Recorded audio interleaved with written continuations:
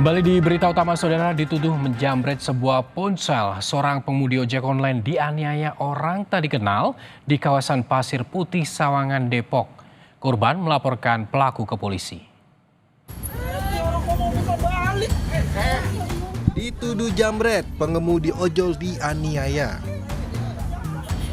Seorang pria menganiaya seorang pengemudi ojek online di kawasan Pasir Putih, Sawangan, Depok, Jawa Barat. Peristiwa berawal saat pengemudi ojol melintas di lokasi kejadian. Tiba-tiba, seorang pria meneriaki dan menuduh pengemudi ojol menjamret ponsel seorang ibu. Meski sudah dibantah dan tidak ditemukan barang bukti, pria itu tetap menganiaya korban. Kejadian ini ditengahi warga hingga penganiayaan tak berlanjut. Polsek Bojongsari yang menerima laporan korban menangkap pelaku penganiayaan. Dari arah belakang, pelapor diteriakin, "Woi, lu jamret! Woi, lu jamret ya?" oleh seorang yang tidak dikenalnya. Pelapor dipepet dan dipotong jalannya. Saat pelapor berhenti, pelaku langsung mendorong, memegang kerah